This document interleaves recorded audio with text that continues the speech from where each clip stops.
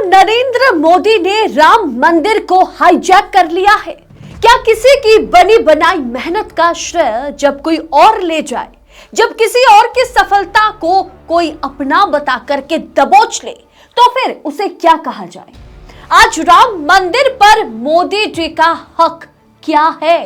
क्या मोदी सरकार ने 5 जजों को राम मंदिर फैसले पर समझौता करने के लिए मजबूर किया था? यह सवाल आज फिर क्यों उठ रहा है, बताएंगे आपको इस वीडियो में, तो वीडियो को अंत तक जरूर देखिएगा। नमस्कार, स्वागत है आप सभी का देश नीति पर।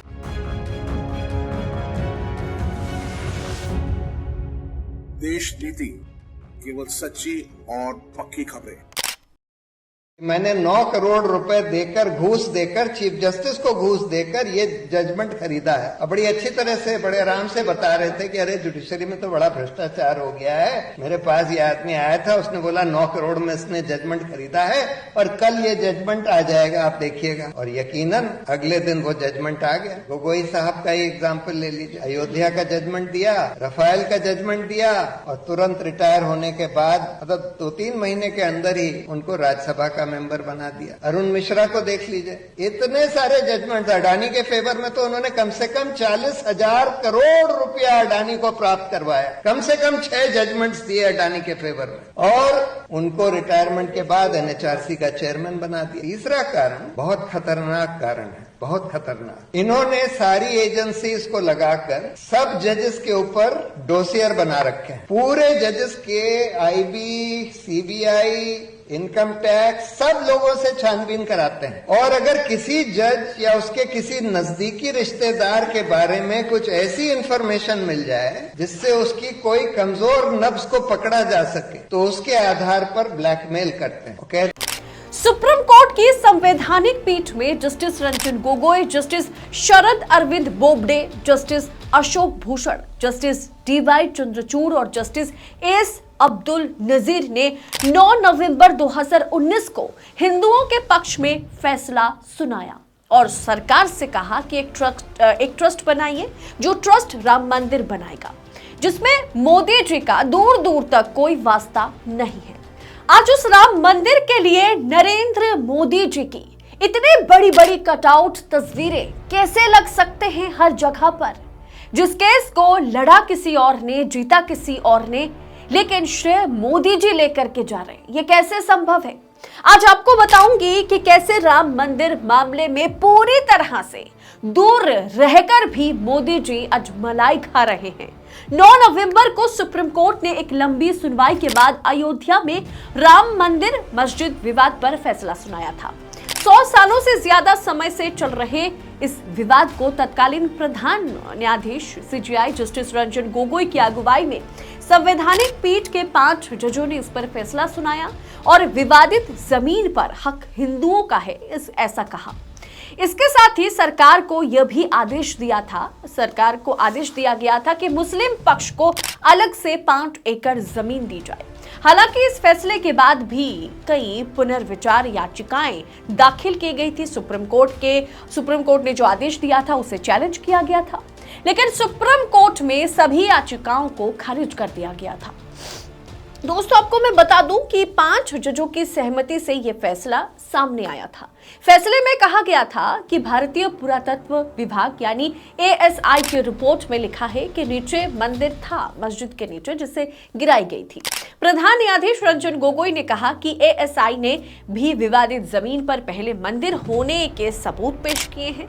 हिंदू अयोध्या को राम जन्मस्थल मानते हैं। उन्होंने यह भी कहा कि एएसआई ये नहीं बता पाया कि मंदिर गिरा करके मस्जिद बनाई गई थी, यानी बाबरी मस्जिद जो बनी थी वो किसी मंदिर को तोड़ने के बाद बनी थी। ऐसा कोई भी सबूत सुप्रीम कोर्ट में एएसआई जुटा नहीं पाए।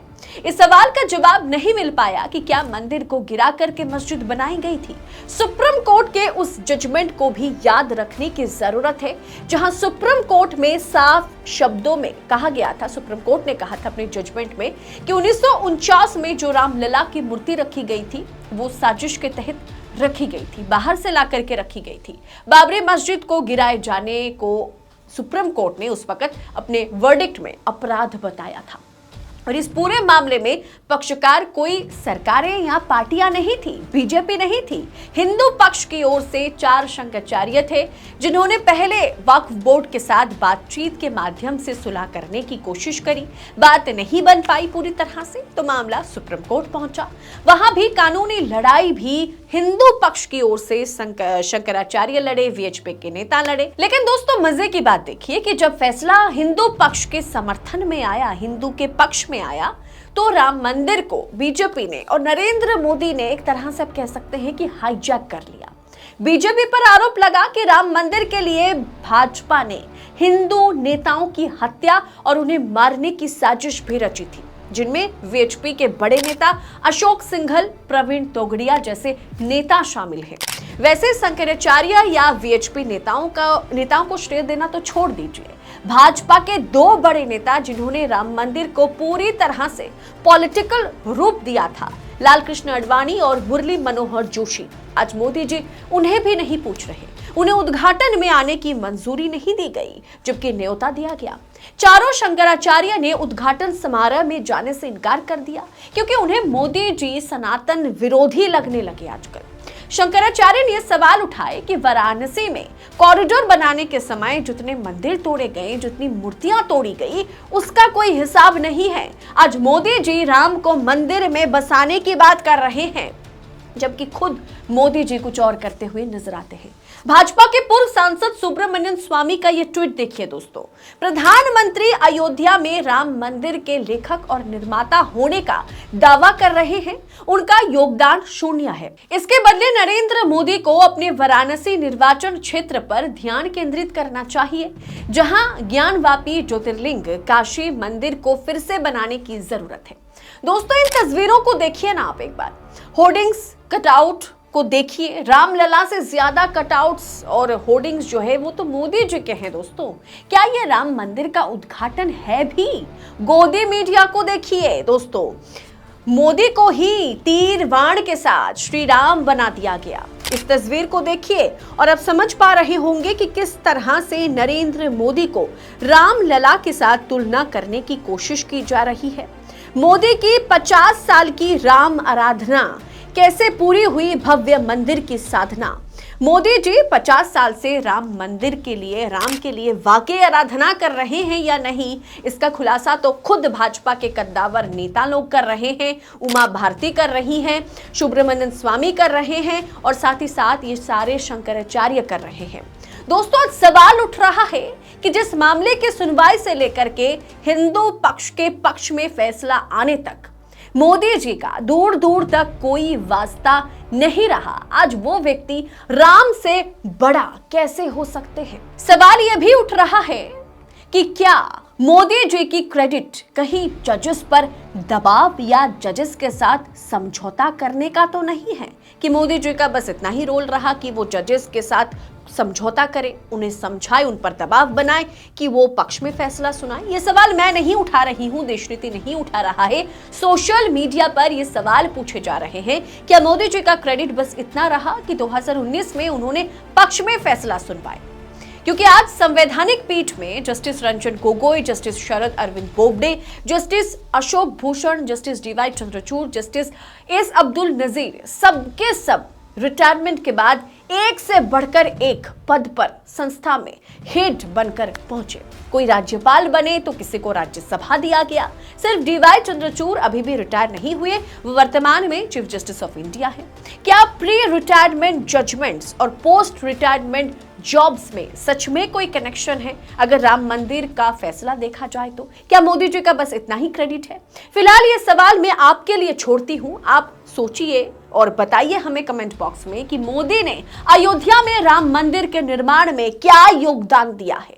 क्या राम मंदिर का उद्घाटन और राम मंदिर को बीजेपी और मोदी जी ने सच में हाईजैक कर लिया है? आप अपनी राय कमेंट कर हमारे साथ शेयर कीजिएगा। बाकी ऐसी तमाम खबरों को हम आप तक पड़ताल के साथ, पूरे विश्लेषण के साथ पहुंचा सके, इसके लिए हमें आपकी सहयोगिता की, आपके सपोर्ट की सबसे ज्यादा जरूरत है। आजाद पत्रकारिता को भरपूर सपोर्ट दे, देशनीति को सब्सक्राइब करें अगर अभी तक नहीं किया है, और साथ ही साथ ट्विटर पर और फेसबुक पर भी हमें फॉलो जरूर करें। बहुत बहुत शुक्रिया। जय हिंद, जय भारत।